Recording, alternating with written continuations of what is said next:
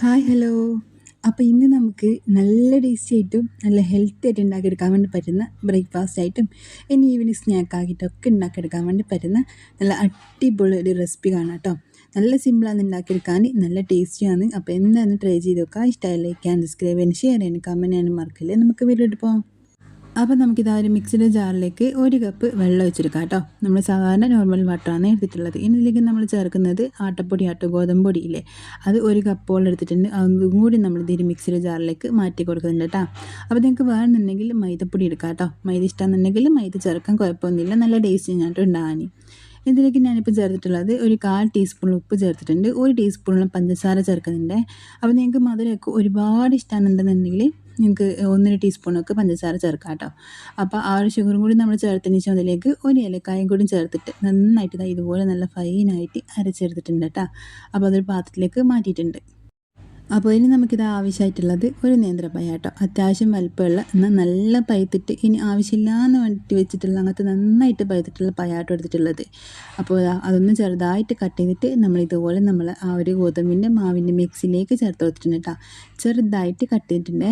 ഇതിലേക്ക് നമുക്ക് 2 ടേബിൾ സ്പൂണോളം തേങ്ങ ചിരവിയതും കൂടി ചേർത്തെടുക്കാം കേട്ടോ. തേങ്ങ ചിരവിയതൊക്കെ നമ്മൾ ചേർക്കുന്നതോറും അതിൻ്റെ ടേസ്റ്റ് കൂടാട്ടോ ചെയ്യാൻ. ഒരുപാടൊക്കെ നമ്മൾ ഇതിലേക്ക് ചേർക്കുമ്പോൾ നല്ല ടേസ്റ്റ് ഉണ്ടാവും കേട്ടോ കഴിക്കാൻ വേണ്ടി. അപ്പോൾ 2 ടേബിൾ സ്പൂൺ തേങ്ങ ചിരവിയത് എന്തായാലും ചേർത്തെടുക്കാം കേട്ടോ. അപ്പോൾ അതും കൂടി നമ്മളിതിലേക്ക് ചേർത്തിട്ടുണ്ട്. ഇനി നമുക്കിതെല്ലാം കൂടി നന്നായിട്ടൊന്ന് മിക്സാക്കി എടുക്കാം. നമ്മളെ മാവ് നല്ല ലൂസായി പോവാതെ ശ്രദ്ധിക്കാം കേട്ടോ. നമ്മൾ ദോശമാവിനേക്കാളും ചെറുതായിട്ടൊരു കട്ടിയൊക്കെ വേണം കേട്ടോ മാവിന്. അപ്പോൾ നമ്മൾ ഇതും കൂടി ചേർത്തിട്ട് എല്ലാം കൂടി നന്നായിട്ടൊന്ന് മിക്സാക്കിയിട്ട് എടുക്കുന്നുണ്ട്. അപ്പോൾ നമ്മൾ ഈ ഒരു സമയത്ത് തന്നെ ഇതിലേക്ക് ഒരു പിഞ്ചോളം ബേക്കിംഗ് സോഡയും കൂടി ചേർത്തിട്ടുണ്ട് കേട്ടോ. അതങ്ങ് വിട്ടുപോയതാണേ. അപ്പോൾ നന്നായിട്ട് ഇതെല്ലാം കൂടി നമ്മൾ മിക്സാക്കി എടുത്തിട്ടുണ്ട്. നമ്മൾ ഇതിലേക്ക് ചേർക്കുന്ന പഴത്തിൻ്റെ നന്നായിട്ട് ശ്രദ്ധിക്കുക കേട്ടോ. നല്ല പഴുത്ത പഴം എന്നുണ്ടെങ്കിൽ അടിപൊളി ടേസ്റ്റ് ആട്ടോ ഉണ്ടാകാൻ കഴിക്കാൻ വേണ്ടിയിട്ട്. അപ്പോൾ നല്ല പഴുത്ത പഴം തന്നെ എടുക്കാൻ വേണ്ടി പ്രത്യേകം ശ്രദ്ധിക്കുക. അപ്പം നമ്മളിതെല്ലാം കൂടി നന്നായിട്ട് മിക്സാക്കി എടുത്തിട്ടുണ്ട്. നമ്മളെ മാവ് നല്ല റെഡി ആയിട്ട് വന്നിട്ടുണ്ട്. അപ്പോൾ ഇതാ സംഭവം സെറ്റായിട്ടുണ്ട്. ഇനി നമുക്കിത് റെസ്റ്റ് ചെയ്യാൻ വേണ്ടി മാറ്റി വെക്കേണ്ട ആവശ്യമൊന്നുമില്ല. നമുക്കിത് ഇപ്പം തന്നെ അങ്ങ് ഉണ്ടാക്കിയിട്ടെടുക്കാം കേട്ടോ. അപ്പോൾ ഇതൊന്ന് റെഡിയാക്കി എടുക്കാൻ വേണ്ടി ഒരു പാൻ വെച്ച് കൊടുത്തിട്ടുണ്ട്. അതിലേക്ക് നമ്മളിതാ ഒരു 1/2 ടീസ്പൂണോളം ഗീ ഒഴിച്ച് കൊടുക്കുന്നുണ്ട്. ഗീ ആയിരിക്കും കേട്ടോ ഒന്നുകൂടി നല്ല ടേസ്റ്റ് ഉണ്ടാകാൻ. വെളിച്ചെണ്ണ ഓയിലിനേക്കാളൊക്കെ ടേസ്റ്റ് ഉണ്ടാകാൻ ഗീ വെച്ചിട്ട് ചെയ്യുമ്പോഴേ. അപ്പോൾ നമ്മളിതിലേക്ക് ഇതാ 1 സ്പൂണോളം മാവ് ഇതുപോലെ ഇങ്ങനെ ഒഴിച്ച് കൊടുത്തിട്ടുണ്ട്. എന്നിട്ട് ഒന്ന് ജസ്റ്റ് ഒന്ന് പരത്തി കൊടുക്കാം കേട്ടോ ചെയ്യുന്നത്. ഒന്ന് എല്ലാ ഭാഗത്തും ഒന്ന് ആക്കി കൊടുക്കുന്നുണ്ട്. എന്നിട്ട് നമുക്കിതൊന്ന് അടച്ച് വെക്കാം കേട്ടോ. മീഡിയം ടു ലോ ഫ്ലെയിമിലൊന്ന് അടച്ച് വെച്ചിട്ട് ഇതിൻ്റെ മുകൾ ഭാഗം നന്നായിട്ടൊന്ന് ആറി വരട്ടെ. ആ ഒരു സമയത്ത് നമുക്കിതിനൊന്ന് തിരിച്ചിട്ട് കൊടുക്കാം കേട്ടോ.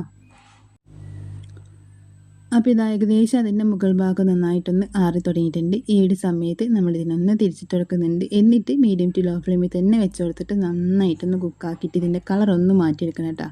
ആ ഒരു സൈഡ് ഭാഗം നന്നായിട്ടൊന്ന് കളറൊന്ന് മാറി നന്നായി മുരിഞ്ഞൊരു സ്മെല്ലൊക്കെ വരും. അപ്പോൾ നമുക്ക് വേറെ പാത്രത്തിലേക്ക് മാറ്റി കൊടുക്കാം കേട്ടോ.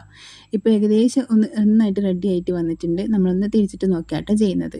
അപ്പോൾ ഇതാ ആ ഒരു ഭാഗം നന്നായിട്ട് മുരിഞ്ഞ് നല്ല കളറൊക്കെ മാറി ആ ഒരു പഴത്തിൻ്റെ തേങ്ങയുടെ ഒക്കെ നല്ല മുരിഞ്ഞൊരു സ്മെല്ലുണ്ടാവുമല്ലോ, അത് വന്ന് തുടങ്ങിയിട്ടുണ്ട് കേട്ടോ. ഇനി നമുക്കിത് വേറെ പാത്രത്തിലേക്ക് മാറ്റി കൊടുക്കാം. സംഭവം സെറ്റായിട്ടുണ്ട്. നല്ല ടേസ്റ്റി ആട്ടോ ഇത് കഴിക്കാൻ വേണ്ടിയിട്ട്. അപ്പം ബാക്കിയുള്ളതും നമുക്ക് ഇതുപോലെ തന്നെ അങ്ങ് ഉണ്ടാക്കിയെടുക്കാം കേട്ടോ. നമ്മളിതിൽ ചേർക്കുന്ന നെയ്യൊക്കെ ചേർത്ത് കഴിഞ്ഞാൽ നല്ല ടേസ്റ്റ് ആട്ടോ ഉണ്ടാകാൻ. വെളിച്ചെണ്ണയോ അല്ലെങ്കിൽ ഓയിലോ ചേർത്തിട്ട് നമ്മൾ ഉണ്ടാക്കുന്നതിനേക്കാളും നല്ലത് നമ്മൾ ഗീ വെച്ചിട്ട് ചെയ്യുന്ന കേട്ടോ. അപ്പോൾ എന്തായാലും ഒന്ന് ട്രൈ ചെയ്ത് നോക്കാം. അപ്പം നമ്മൾ ബാക്കിയുള്ളതും ഇതുപോലെ തന്നെ അങ്ങ് ഉണ്ടാക്കിയിട്ട് എടുക്കുന്നുണ്ട്. 2 സൈഡും നന്നായിട്ട് മുരിഞ്ഞ് കിട്ടിയിട്ടുണ്ടേ. അപ്പോൾ നല്ല ടേസ്റ്റി ആയിട്ടും നമുക്ക് നല്ല സിമ്പിളായിട്ട് നമ്മൾ ഒട്ടും മടിയൊന്നും ഇല്ലാതെ ഉണ്ടാക്കിയെടുക്കാൻ വേണ്ടി പറ്റുന്ന അടിപൊളി ഹെൽത്തി ആയിട്ടുള്ള റെസിപ്പി റെഡി ആയിട്ടുണ്ട് കേട്ടോ. ബ്രേക്ക്ഫാസ്റ്റ് ആയിട്ട് ഇനി വൈകുന്നേരം ചായയുടെ കൂടെ ഒക്കെ ഉണ്ടാക്കിയെടുക്കാൻ വേണ്ടി പറ്റുന്ന സിമ്പിൾ റെസിപ്പിയാണ്. അപ്പോൾ ട്രൈ ചെയ്ത് നോക്കിയിട്ട് ഇഷ്ടമായി കഴിഞ്ഞാൽ ലൈക്ക് ചെയ്യാനും സബ്സ്ക്രൈബ് ചെയ്യാനും ഷെയർ ചെയ്യാനും കമൻറ്റ് ചെയ്യാനും മറക്കല്ല കേട്ടോ. അപ്പോൾ നമുക്ക് പിന്നെ കാണാം. Bye, thank U.